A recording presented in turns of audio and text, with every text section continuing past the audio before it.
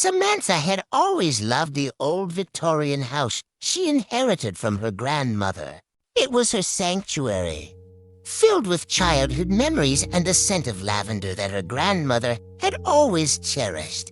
Tonight, she was home alone, the first time since her grandmother passed away. The house creaked and groaned as if it were settling into its old age, and Samantha found these sounds oddly comforting. As the clock struck midnight, Samantha was jolted awake by a soft whispering. She sat up in bed, her heart pounding.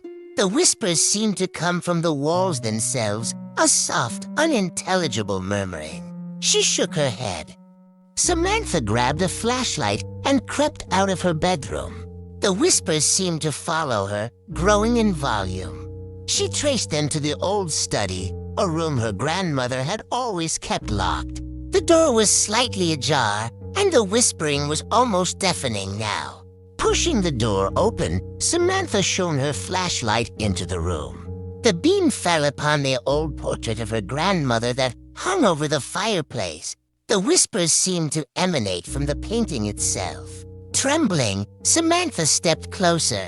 "Help me!" The whispers became clear. It was her grandmother's voice. Samantha's blood ran cold. "What do you want?" she asked, her voice shaking. "Find it," the voice responded. "Find the book." Samantha looked around the room, her flashlight catching the glint of a small, ornate box on the desk. Inside was an old, leather-bound journal.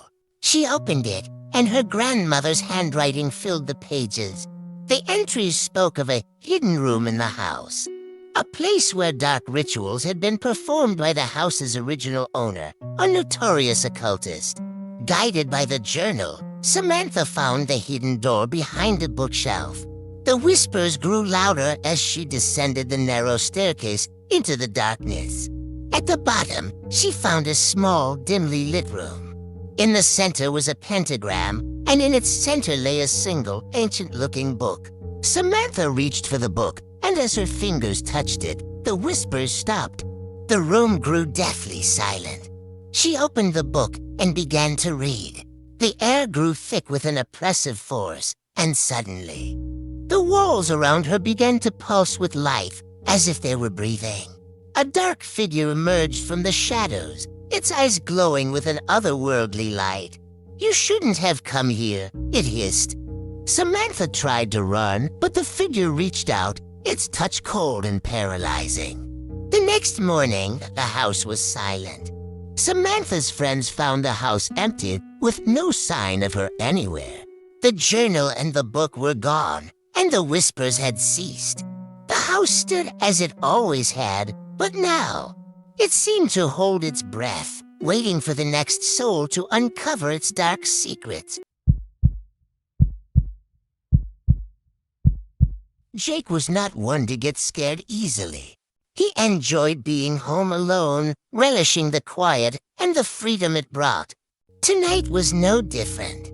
He settled on the couch with a bowl of popcorn and a horror movie, the rain pattering softly against the windows. Halfway through the movie, his phone rang. The caller ID displayed an unknown number.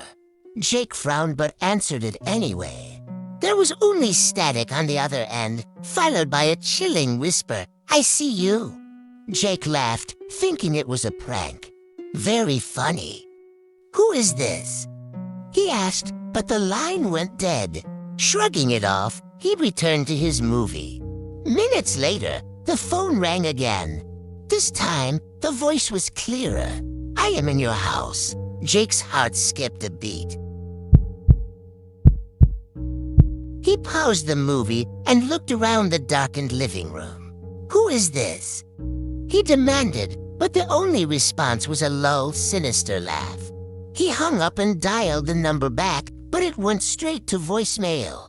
Determined to shake off the eerie feeling, he checked all the doors and windows, ensuring they were locked. He even checked the basement and the attic, finding nothing unusual. Still, the uneasy feeling lingered. Jake returned to the living room, but the comfort of the movie had evaporated. He tried to distract himself with his phone, but it rang again almost immediately. This time, the voice was closer, more menacing. "I'm right behind you." Jake spun around, his heart pounding. The room was empty. Panic set in, and he called the police. They assured him they would send someone to check on him, but it would take some time due to the storm. The minutes stretched into an eternity. The phone rang again. Jake didn't want to answer, but his hands moved on their own. The voice on the other end was almost gleeful. "They won't get here in time." Jake dropped the phone and ran to the kitchen, grabbing the largest knife he could find. He backed into a corner, every nerve on edge. The house seemed to grow darker, the shadows deepening and closing in around him. He heard footsteps, slow and deliberate, coming down the hallway. "Stay away from me," Jake shouted, brandishing the knife. The footsteps stopped. There was a long, agonizing silence. Then the front door burst open, and two police officers stormed in. They found Jake trembling in the kitchen, knife in hand. After calming him down, they searched the entire house. There was no sign of forced entry, no evidence of anyone else being there. They traced the calls, but the number led to a disconnected line. Jake was left with more questions than answers. The calls stopped, but the fear remained. He never stayed home alone again, haunted by the memory of that sinister voice, and the feeling that someone or something was always watching him. Emily had always been fascinated by antiques. Her latest acquisition was a beautiful porcelain doll she found at a local flea market. The doll was exquisite, with delicate features and a lacy Victorian dress. The seller warned her that the doll had a dark history, but Emily dismissed it as a ploy to drive up the price. She placed the doll on a shelf in her bedroom, admiring it every night before she went to sleep. Tonight, she was home alone, enjoying the peace and quiet.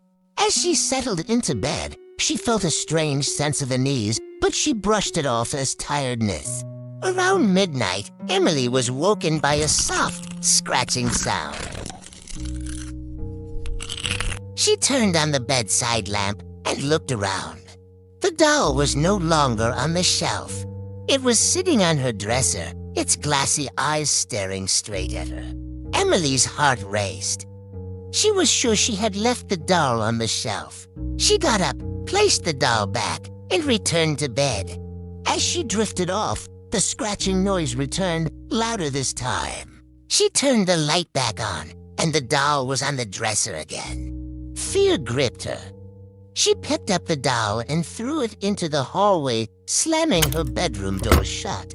She tried to calm down, telling herself it was just her imagination. But the scratching continued, now coming from the door. Emily called her best friend, Sarah, who came over immediately. Together, they searched the house but found nothing unusual. They decided to get rid of the doll, placing it in the trash outside. The rest of the night was quiet, and Emily finally fell asleep. The next morning, she was horrified to find the doll sitting on her bedside table. Its face seemed to have changed, a sinister smile now etched into its porcelain features. Desperate, Emily did some research and found that the doll had once belonged to a young girl who had died under mysterious circumstances. The doll was believed to be cursed, harboring the spirit of the girl who sought vengeance. Emily and Sarah decided to take the doll to a local priest. He agreed to perform an exorcism, but as he began the ritual, the doll's eyes glowed a deep red. The room filled with an icy wind, and the doll began to speak in a child's voice, begging for help. The exorcism was intense, the priest struggling to contain the dark force within the doll. After what felt like hours, the doll finally shattered, and the room fell silent. Emily felt a weight lift off her shoulders, the oppressive atmosphere dissipating. The priest warned Emily to be cautious with antiques in the future, as some objects carry more than just history. Emily heeded his advice, and the experience left her wary of old things. The memory of the haunted doll lingered, a reminder of the thin line between the past and the present and the dark secrets that some objects can hold. Tom had always been skeptical about the supernatural. As a rational person, he didn't believe in ghosts or spirits. So, when he moved into his new apartment and heard the rumors about it being haunted, he laughed them off. Tonight, he was home alone, enjoying a quiet evening with a book. Around midnight, Tom decided to take a shower. As he stepped out of the bathroom, he caught a glimpse of something in the mirror. It was fleeting, a dark shadow that vanished almost instantly. He shook his head, blaming it on the steam in his tired eyes. As he brushed his teeth, he felt a chill run down his spine. The bathroom was cold, much colder than the rest of the apartment. He looked in the mirror again and saw the shadow clearer this time. It was standing right behind him, a dark, indistinct figure. Tom spun around, but there was nothing there. He laughed nervously, trying to shake off the fear. "Just my imagination," he muttered to himself. But the unease lingered. That night, Tom had trouble sleeping. He kept hearing faint whispers and the sound of footsteps. At one point, he felt a pressure on his chest, as if someone was sitting on him. He struggled to breathe, his heart pounding. When he finally managed to sit up, the room was empty. The next day, Tom told his friend Mark about the strange occurrences. Mark suggested setting up a camera to see if they could capture anything unusual. That night, Tom placed a camera in the bathroom, pointing it at the mirror. The footage was disturbing. Around midnight, the shadow appeared in the mirror, moving closer to the camera. At one point, it seemed to reach out, its dark, elongated fingers brushing against the glass. The camera captured Tom sleeping in the background, oblivious to the present. Tom felt a cold sweat break out as he watched the footage. He called Mark, who suggested contacting a paranormal expert. The expert, a woman named Claire, arrived the next day. She walked through the apartment, her face growing serious. "There is a presence here," she said, "a restless spirit. It's attached to the mirror." Tom was skeptical but desperate. Claire performed a cleansing ritual using sage and chanting in a language Tom didn't understand. The apartment filled with an acrid smoke, and the temperature seemed to drop even further. The shadow appeared in the mirror, writhing and twisting, as if trying to escape. With a final, powerful chant, Claire shattered the mirror. The shadow dissipated, a high-pitched wail echoing through the apartment. The room grew warm again, the oppressive feeling lifting. Claire explained that the mirror had once belonged to a man who practiced dark magic. His spirit had become trapped, seeking to torment anyone who lived there. Tom thanked Claire, feeling a sense of relief and a newfound respect for the things he couldn't explain.